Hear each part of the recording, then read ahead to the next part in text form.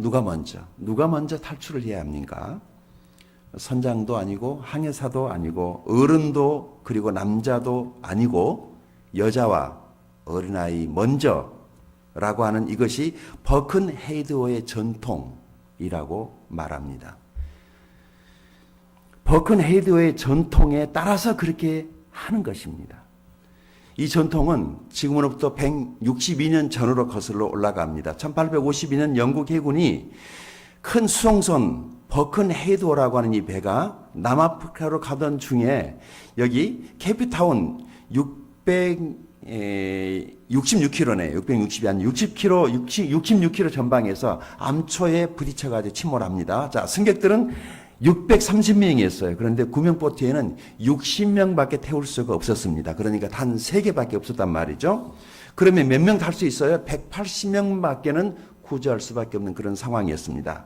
자, 사령관 시드니 세튼 대령은요, 주로 신병들의 모든 병사들을 간판 위에 다 모이게 한 뒤에 부동 자세로 배 위에 서 있게 했습니다. 그리고 여자와 아이들을 먼저 세척의 구명보트에 태우게 합니다. 여자와 어린아이들 태운 세척의 구명보트가 침몰하고 있는 이 버큰헤이드호를 떠나가고 있었습니다. 그리고 군인들은 세튼 대령의 명령에 따라서 끝까지 움직이지 않고 배 선상에 부동자세로 서 있었습니다. 어떻게 됐겠습니까? 사령관 세튼 대령을 포함한 436명이 그대로 바다에 수장이 됩니다.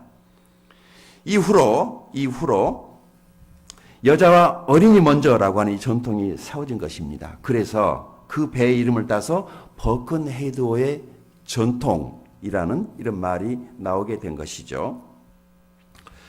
승객 1515명을 태우고 가던 영국 수송선 엠파이어 윈드러시호가 또 있었습니다.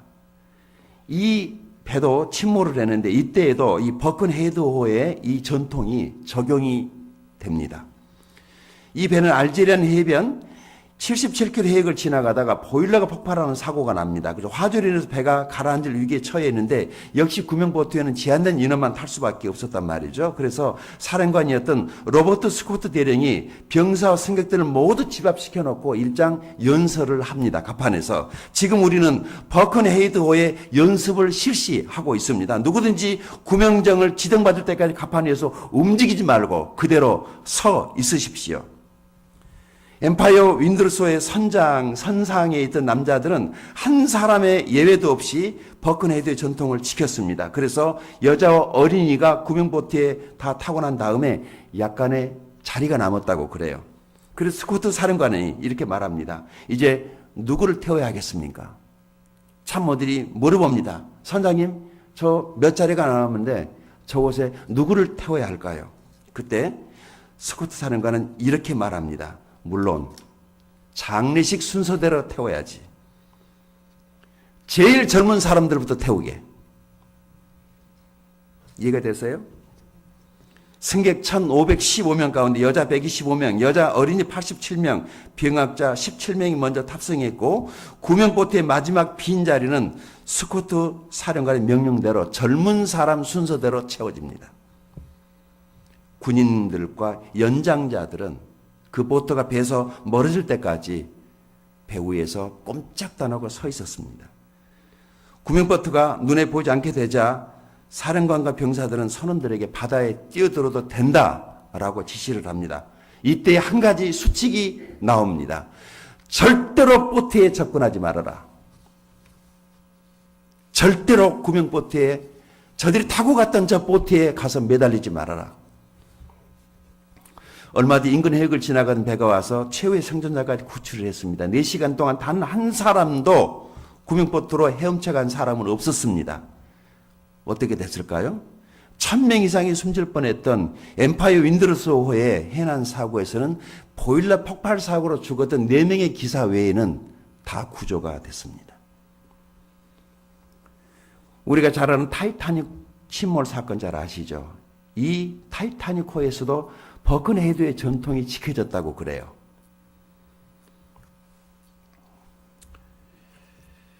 사실 1912년 4월 14일 그러니까 이 4월에 일어난 일이에요. 4월을 잔인한 달이라고 사람들이 말을 하죠. 타이타닉호 침몰 때 이때 몇 명이 탔느냐면 2208명이 탔는데 1523명이 죽고 711명만이 구출이 됩니다. 최고의 해양 사고죠.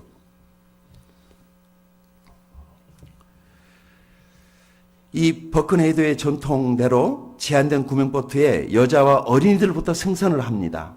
어른들과 선장, 항해사, 기관사를 비롯한 모든 승무원들은 단 한 명도 구명보트에 타지 않습니다.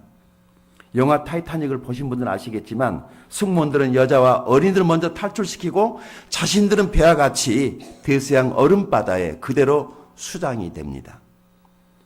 무엇보다도 서로 탈출하려고 난리인 그 혼돈의 상황 속에서 갑판에서 연주하고 있었던 그 7명의 악사들 말이죠. 영화에서처럼 실제로 침몰 순간까지 그들은 자리에서 움직이지 않고 연주하면서 배 안에서 장엄하게 실제로 그렇게 끝까지 연주하다 죽었다고 합니다. 그래서 영화를 본 사람들은 그들을 보면서 그들의 용기, 희생, 신앙, 숙연함에 박수를 보내게 됩니다. 지금 진도 이상의 침몰한 세월호 때문에 지난 며칠간 우리 대한민국은 멈춰 서 있었다고 그래도 과언은 아닌 것 같습니다. 배가 침몰했을 때 선장 이준석 씨는 가장 먼저 탈출했고 항해사와 기관사도 선두에 서서 탈출을 합니다. 아이들은 선실에 대기하라고 버려둔 채 말이죠. 어른들은 70%가량 구조가 됐지만 단원고 학생들은 23%만 구조됐습니다. 여자와 어린이 먼저라고 하는 버큰헤이드의 전통은 없었습니다. 입을 가진 국민들은 이구동성으로 말합니다. 선장과 항해사 등 세월호 승무원들이 이 후한무치한 행태를 우리는 절대 용서해서는 안 된다고. 특히 대한민국 엄마들은 그들을 정말 절대로 용서하지 말자고 지금 그렇게 분노하고 있습니다.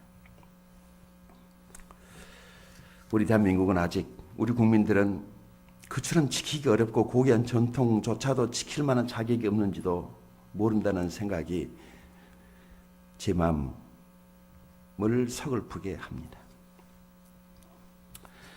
어른들의 말을 너무 잘 들었기 때문에 선실에 그대로 갇혀서 탈출하지 못하고 죽어간 학생들 말이죠. 벌써 4일째 지났는데 우리가 할 수 있는 일은 아무것도 없었다는 것 때문에 마치 우리가 죄를 진 것처럼 무겁고 힘이 듭니다. 그래서 저는 오늘 하나님께서 우리 모두의 죄들을 용서해 주시기를 바라는 마음으로 이 강단에 섰습니다. 저는 오늘 이 메시지를 준비하면서 우리 교회를 바다에 떠 있는 하나의 배라고 생각을 해봅니다. 우리 배의 선장은 누구이며 누가 우리 배의 항해사 조타수 그리고 누가 기관장이고 승무원들일까를 생각하지 않을 수가 없습니다. 어쩌면 오늘 일부 예배에 나와 있는 저를 비롯한 우리 집사님들, 목자님들, 사역자 여러분들이 바로 배로 말하면 승조원들이라는 생각을 합니다. 우리의 의무, 우리의 책임. 여러분 각자가 나는 목포사랑 침례교회란 이 배에 어떤 부분에서 지금 어떤 역할을 하고 있는지 여러분 자신들이 알 것이라고 생각을 합니다. 나는 우리 배가 선장은 없고 선원들만 있는지 아니면 선장도 있고 기관장도 있고 조타수도 있고 항해사도 있고 조리사도 있고 말이죠. 모든 각 부서에서 거기 필요한 사람들이 이 하나님이 우리에게 맡긴 이 배를 각자 자기 자리에서 역할 분담을 하고 있다면 우리 배는 정상 항해를 할 것이고 그저 몇몇 사람들이 이 큰 배를 움직이겠다고 논아젓고 있다면 우리 배는 멈춰 서 있는 거나 다름이 없겠죠. 여러분 각자가 교회 안에서 이 공동체 안에서 이 배 안에서 위치 잘 지키시고 각자 임무를 잘할 수 있기를 바랍니다. 누가 시켜서 하는 것보다는 내가 이 큰 배 속에서 해야 될 일이 무엇인가를 스스로 알아서 챙겨서 하는 그 사람이 바로 승조원이고 그 사람이 리더이고 그 사람이 하나님께 가면은 상이 있을 거라고 믿습니다. 나는 우리 배에 승객은 없고 우리 모두가 다 승조원이었으면 좋겠습니다. 살랑살랑 와서 그 멋지게 배 타고 여행이나 즐기는 사람들이 와서 교회에서 그렇게 있어가지고 배를 침몰시키는 그런 사람들 말고 말이죠.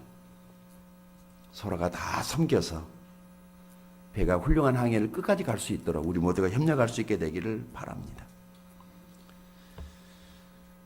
우리가 버큰헤이드의 전통을 지키는 그런 우리들 나름대로의 원칙이 있었으면 좋겠다라고 생각을 합니다. 배가 조금 흔들렸다고 그래서 미리 내린 사람들이 있더라고요. 원망하고 싶지는 않아요. 그러나 이 항해가 끝나면 목적지에서 우리는 다 만나게 될 것입니다. 우리는 이 항해를 계속해야 한다고 생각합니다. 앞만 보고 가십시다. 이쪽 저쪽 쳐다보면 멀미밖에 더 하겠습니까? 그냥 앞만 보고 가면 된다고 저는 생각을 합니다. 오늘 우리들이 함께 보고 있는 이 고린도 전서. 자, 이 고린도 전서에 대해서 먼저 말씀을 좀 드리고자 합니다.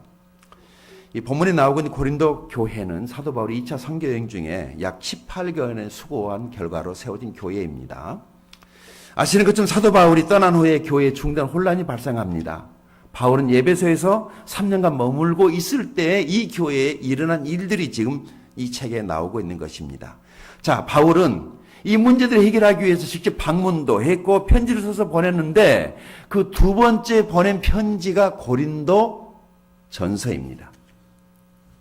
사도 바울이 고린도 교회에 이 편지를 쓰게 된 동기가 있습니다. 첫째, 잘 알려진 성도가 와서 보고를 했어요. 교회에 문제가 있다고. 그리고 다른 여행자들이 와서 또 보고를 했는데 이 첫 번째 사도 바울이 그 교회를 갔을 때와 그리고 첫 번째 서신을 보냈음에도 불구하고 그 교회는 여전히 혼돈과 문제 가운데 있었다라고 하는 이 이야기를 들었습니다. 그래서 사도 바울은 첫 번째 보낸 편지에 대한 응답과 아울러서 새로운 질문에 대한 그 해답을 보내야만 했습니다. 그래서 그 해답을 편지에 써서 이 교회에 보낸 것이 고린도 전서입니다. 이 고린도 전후서는요, 제가 신약 성경 가운데서 가장 좋아하고 즐겨 읽는 책 가운데 하나입니다. 특히 고린도 전서를 말할 때 책망의 책이라고 이렇게 말을 합니다. 무슨 책이요? 책망의 책. 자, 이 책의 키워드는 성숙과 미성숙입니다. 성숙과 미성숙. 이 책의 주제는 그리스도인은 반드시 영적으로 성숙해야 한다는 것입니다. 그러니까 요약을 하면 모든 문제는 어디서 오는 것이에요? 미성숙에서 오는 것이다 라는 것입니다. 실제 여러분 그러지 않습니까? 어린아이들은 어른들로부터 자주 꾸중을 듣죠. 왜 그렇죠? 어리기 때문에 생각하는 것이 하는 짓이 어리기 때문에 부모로부터 자주 꾸중을 듣는 것입니다. 자, 생각해 보십시다. 우리의 영적 생활도 마찬가지입니다. 하나님이 자주 나를 꾸중하시는 것은 왜 그런 것일까요? 내가 어려서 그래요. 실수를 많이 하고 있기 때문에. 실수하지 말라는 것이죠. 그러면은 하나님이 우리를 꾸짖는 그 방법은 뭘까요? 아세요? 하나님이 지금 우리를 꾸짖어요. 뭘로 꾸짖죠? 고난이라고 하는 것으로 나를 꾸짖고 계시는 것입니다. 그러니까 고난이 왔을 때 우리가 하나님이 지금 나를 꾸짖고 계시구나, 책망하고 계시구나, 바로 해야 되겠구나라고 정신을 차려야 됩니다. 고난이 왔는데도 그러려니 하고 땜방하고 넘어가면은 그 문제가 해결되기 전까지는 절대 다음 스텝을 나아갈 수가 없거든요. 우리 교회에 지금 3층까지 올라올 때 여러분 계단을 몇 개를 밟고 올라오는 거 혹시 세어보신 적 있나요? 아무 생각 없이 다녔죠. 그렇게 수없이 다니시면서 1층에서부터 3층까지 오는데 계단이 몇 개인 거 혹시 세어해 보신 분 계세요? 그냥 다녔을 거예요. 그냥. 그런데 한꺼번에 3층까지 못 올라오지 않습니까? 반드시 한 계단 한 계단, 한 계단 한 계단 올라왔을 때 1층이고 한 계단 한 계단 올라왔을 때 2층이고 한 계단 한 계단 올라와서 3층이지 한 걸음에 3층까지 올라올 수 있는 사람은 없습니다. 성공도 마찬가지입니다. 잘 된다는 것이 하루아침에 로또도 위험하죠? 로또 대단히 위험해요. 우리는 한 방을 얘기를 하는데 여러분 이 세상에 한 방은 없습니다. 한 방은 없습니다. 또 질문할게요. 1년 만에 갑자기 부자 되는 사람 있을까요? 3년 만에? 5년 만에? 재벌이 되고 부자가 되는 거 그렇게 갑자기 되는 거 아닙니다. 10년, 20년, 30년 꾸준한 노하우와 성실과 열심과 노력과 많은 부단한 노력이 있을 때 성공자의 반열에 들어서는 것이지 하루아침에 아무것도 한 것이 없는데 그렇게 감나무에서 감 떨어지듯이 뚝 하고 성공이 있는 것은 아니라는 것입니다. 그래서 주님이 우리를 책망하실 때 이 고난이 왔을 때 나를 책망하는 것이구나라고 깨닫고 우리가 정신 차려서 성숙의 길로 갈 수 있는 저와 여러분이 될 수 있기를 바랍니다. 우리 함께 보고 있는 고린도서 15장 사도 바울이 예수님의 부활에 대해서 자세히 말하고 있는 부활장이죠. 그래서 부활절을 맞아서 예수 그리스도의 부활이 이 부활을 믿는 것의 중요성에 대해서 한번 생각해 보고자 합니다.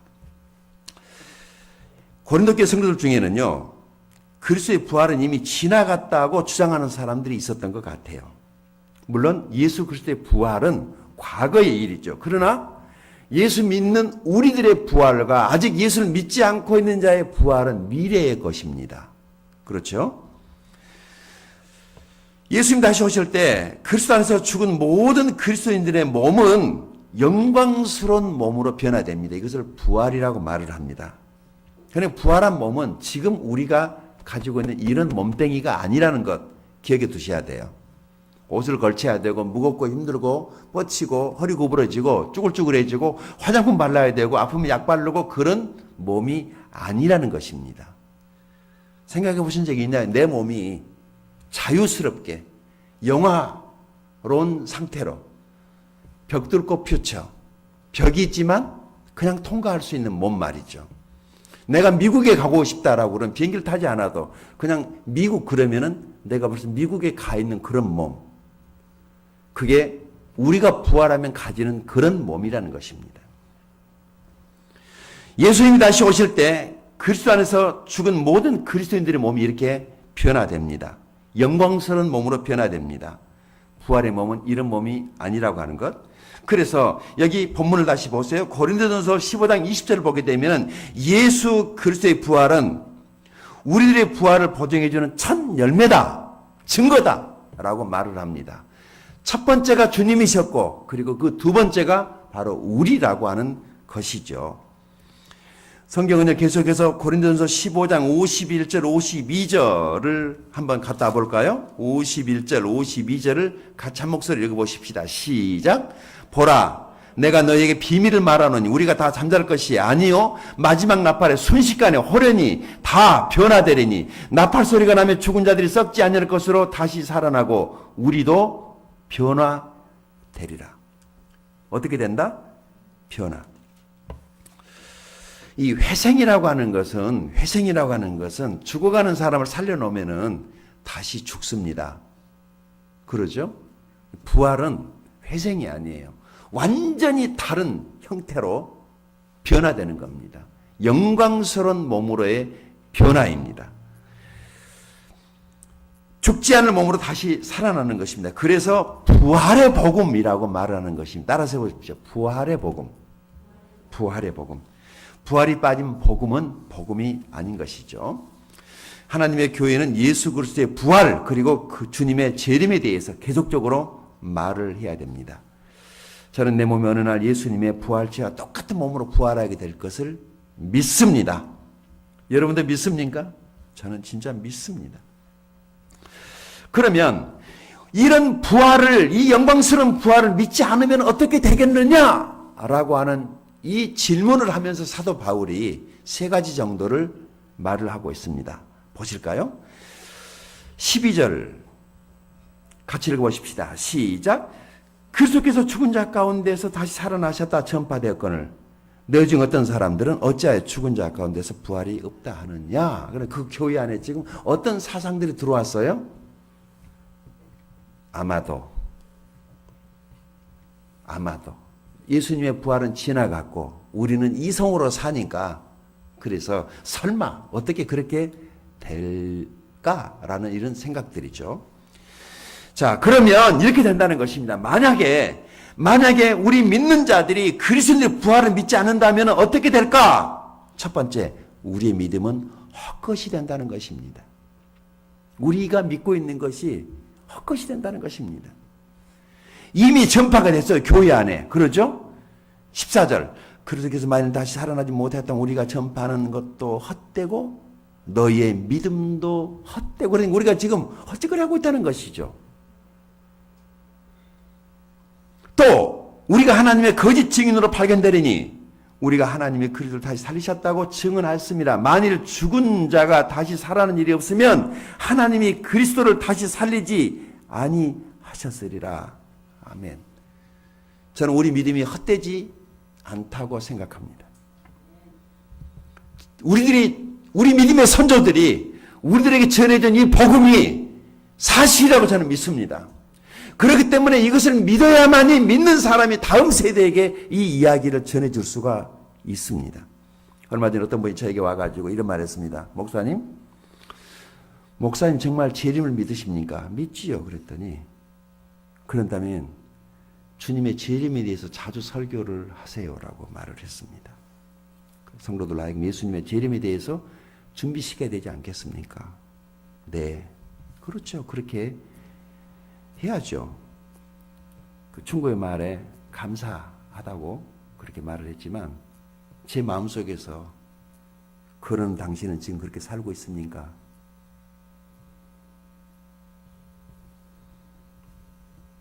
아는 것 중요해요. 그러니까 더 중요한 것이 뭐죠? 자기가 믿는 대로 사느냐, 그게 더 중요한 거 아니겠습니까? 말은 누가 그런 말 못해요? 정말 그 사람이 그걸 믿는다면 어떻게 살아야 되겠습니까? 예수님이 오늘 오후에라도 온다고 자기가 믿는데요. 그러면 자기는 어떻게 살아야 되겠어요? 여러분 같으면. 그런데 이 땅에서 살아가는 삶의 치부, 준비하고 말이죠. 자기 준비하고 세상 삶과 똑같이 살고 있으면서 나에게 그럴 만한 자격이 있단 말인가? 부끄러운 줄 모르고. 여러분 아는 것 중요합니다. 그러나 중요한 것은 자신이 믿는 대로 사는 것이 더 중요합니다. 우리 목사들이 아무리 어리숙하게 보일지라도 한 가지 존경할 것이 있습니다. 그들은 자신들이 믿는 것을 삶으로 입증하기 위해서 주님께 전폭적으로 헌신되어 있다라고 하는 사실입니다. 물론 모든 사람이 다 그런 것은 아니지만 자식 새끼들까지 개고생시키면서 목회자들이 애를 쓰고 있는 것은 자기들이 믿는 대로 지금 살고 있는 것입니다. 자, 두 번째, 사도 바울이 우리가 예수님의 부활을 믿지 않으면 어떻게 되는 것인가? 그러면 우리는 여전히 죄 가운데 있게 되는 것이라고 말을 합니다. 16절부터 18절까지 한번 읽어볼까요? 같이 읽습니다. 시작. 만일 죽은 자가 다시 살아난 일이 없으면 그리스도도 다시 살아난 일이 없을 터이요. 그리스도께 다시 살아난 일이 없으면 너희 믿음도 헛되고 너희가 여전히 죄 가운데 있을 것이요. 또한 그리스도 안에 잠자는 자도 망하였으리니. 자, 아멘. 여기 지금 보시면은요, 17절입니다. 그리스도께서 다시 살아나신 일이 없으면 너희의 믿음도 헛될 뿐만이 아니라 어떻게 된다고? 너희가 여전히 죄 가운데 있을 것이요. 우리가 지금 왜 이렇게 죄하고 몸부림을 치고 싸우고 사는 것입니까? 하나님이 우리에게 은혜로 허락하신 이 구원 때문에. 우리가 죄를 지금 못 짓는 사람이 아니잖아요. 죄 짓는 데 선수들이었잖아요. 그러나 지금은 예수님이 은혜로 나를 구원했다라고 그러니까 그 구원의 은혜 때문에 내가 좀 더 착하게 살아보려고, 조금 더 열심히 살아보려고, 죄 안 짓고 살아보려고 이렇게 애를 쓰고 있는데 말이죠. 예수님의 부활이 만약에 헛것이고 그것이 아니었다면 우리가 이렇게 살 필요 없다는 거예요. 우리도 마음 놓고 말이죠. 마음대로 살아도 된단 말이죠. 그러나 주님이 다시 부활하셨다는 것을 우리가 믿기 때문에 죄와 싸우고 있는 것입니다. 여러분 죄와 싸우십시다. 실패하고 넘어지더라도 말이죠. 하나님이 우리를 받으신 이 사실 때문에 우리가 죄하고 싸우고 있는 것입니다. 양보하지 않게 되기를 바랍니다. 세 번째 메시지는 이것입니다. 우리가 예수 부활을 믿지 못한다면 어떻게 될 것이냐? 우리는 세상에서 가장 불쌍한 사람들이라는 것입니다. 19절 읽어보겠습니다. 19절 시작. 만일 그리스도 안에서 우리가 바라는 것이 다만 이 세상의 삶뿐이면 모든 사람 가운데 우리가 더욱 불쌍한 자이리라. 아멘. 이게 다른 번역보다 내가 쭉 봤더니요, 이런 말이더라고요. 주님이 나를 구원하셨기 때문에 참 고맙다라고 하는 이 감정만 가지고 살면은 무엇이 유익이 있겠느냐는 거죠. 고맙기는 고맙죠. 그러나 이 감정 그 이상이라는 것입니다. 뭐냐면 실제라는 것입니다. 우리의 몸이 실제로 변화될 것입니다. 믿으십니까? 실제로 변화될 것입니다. 천국에 가면은 상이 있을 것입니다. 우리가 이 땅에서 하나님의 교회 공동체를 여기고 예배를 귀하게 여기고 말이죠. 하나님이 세우신 교회 공동체를 귀하게 여기고 하나님이 세우신 그 교회에 헌신했던 이런 헌신들이 결코 헛되지 않을 것을 우리는 믿어야 합니다. 만약에 그런 것도 없는데 우리가 지금 믿고 있다면 정신병자들이거나 안 그러면 어떤 것에 중독되어 있거나 우리도 스스로가 어떤 이단 사상에 지금 빠져 있는 것이지만 성경을 보면 볼수록 그것이 아니다라고 하는 것입니다. 만일 그리스도 안에서 우리가 바라는 것이 다만 이 생뿐이면, 자, 여기에 메시지의 핵심 포인트가 있어요. 이 땅에서 잘 먹고 잘 살고 편안하고 안전하고 이 땅에서 호의호식하고 이 땅에서 누리고 이 땅 천국만을 꿈꾼다면 말이죠. 믿음이 잘못됐다는 거예요. 어차피 지나갑니다. 이 세상의 삶이라고 하는 것은. 슬픔도 지나가고 괴로움도 지나가고 고통도 모든 것은 지나갑니다. 지금 저 슬픔 가운데 있는 실종자 가족들, 얼마 전에 그 무슨 어린이 무슨 수련회 가가지고 그 어린이 시랜드인가요? 그렇죠. 예, 시랜드 사고가 났을 때도 그 조그만한 애기들 그 안에서 선생들은 밖에 놔두고 나와가지고 또 경주에서 일어난 참사 말이죠. 이 대형 사고가 날 때마다 드러나는 게 뭐예요? 부실이에요. 부실공하고 빨리빨리. 괴로운 것은요, 어느 코미디 프로에서 누가 그런, 대한민국에 돈 가지고 안 되는 일 어디 있어? 여러분, 돈 가지고도 안 되는 일이 있어야지 나라 아닙니까? 그렇기 때문에 눈 뒤집어져서 돈만 가지면 나라 법도 바꿀 수 있고 유전무죄 말이죠. 무전유죄. 돈 없으면은 죄되고 돈 있으면 죄도 죄가 안 되는 이 무서운 거 아닙니까? 근데 우리 스스로가 보니 그걸 만들고 있더라고요. 돈만 있으면 돼. 도덕적인 것? 아무 무슨 돈만 있으면 된다는 거야. 돈만 있으면. 대한민국은.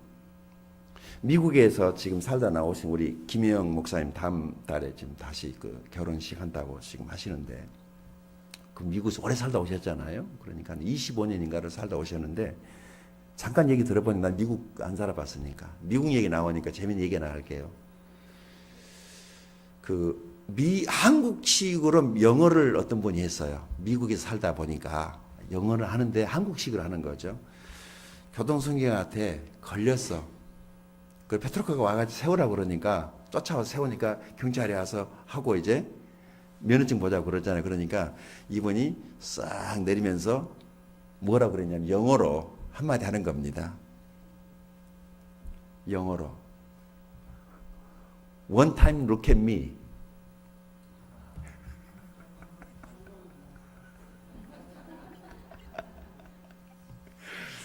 이분이 삐 웃으면서 하신 말이 No soup.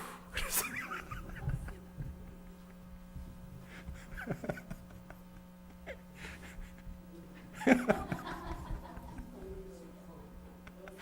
노스프.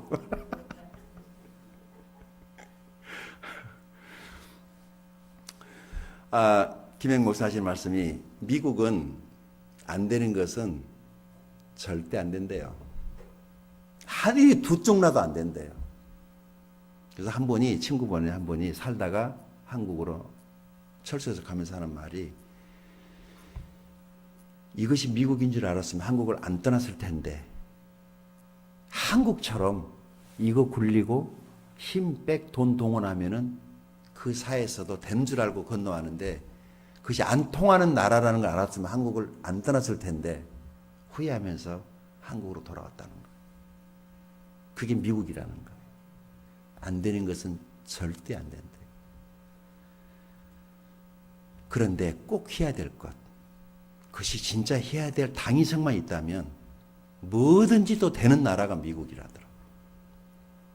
살게 해주고 배려해주고. 근데 우리 한국은요, 보니까 정말 후진국 수준이죠. 진짜 말하고 싶진 않지만 후진 나라에서 살거든 생각이 들어요. 줄이면 후진 나라죠. 멋있으면 후진국이고. 죽어도 눈 하나 끔찍 안 하고 책임지겠다는 사람도 없고, 지 먼저 살겠다고 튀어나와가지고 헬기 타고 선장이 해상에 건너와가지고 돈 말리고 있었대요. 그 순간에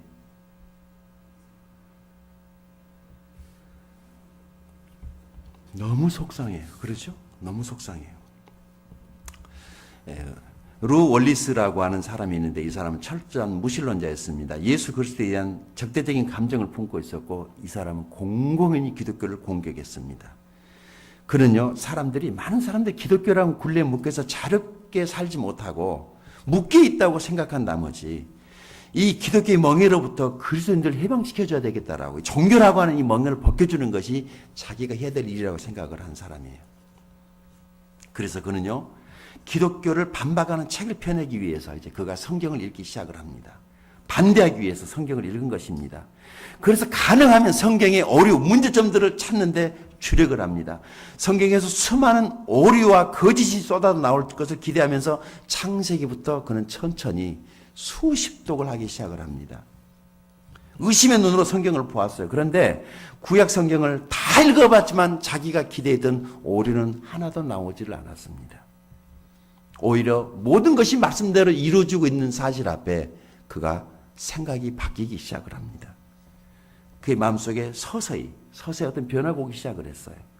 그리고 맹목적으로 적개심을 품은 것이 부끄럽다는 생각을 하면서 그가 마음속에 변화가 일어나기 시작을 했습니다. 이제 신약 성경을 읽어가면서 말이죠, 인류의 죄를 짊어지기 위해서 죄 없으신 예수님이 십자가를 지고 가셨다는 그 장면에, 그 부분에 와서 이분이 무릎을 꿇습니다. 그리고 눈물을 흘리면서 고백합니다. 예수님은 하나님의 아들이시요 나의 구세주입니다.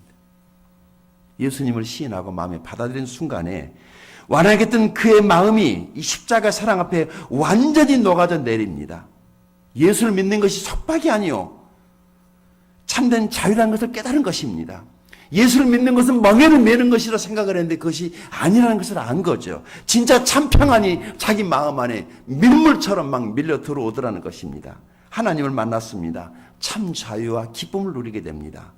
그래서 그가 그 주님의 사랑에 감격해서 기독교를 대적했던 오만한 붓을 꺾고 주님을 향한 사랑의 붓을 들고 글을 쓰기 시작을 합니다. 그래서 나온 책이 배너라고 하는 책입니다. 영화 보신 분들 알 것입니다. 예수님의 부활을 증거하기 위해서 만들어진 영화입니다. 예수님은 살아계십니다, 여러분. 기도하겠습니다.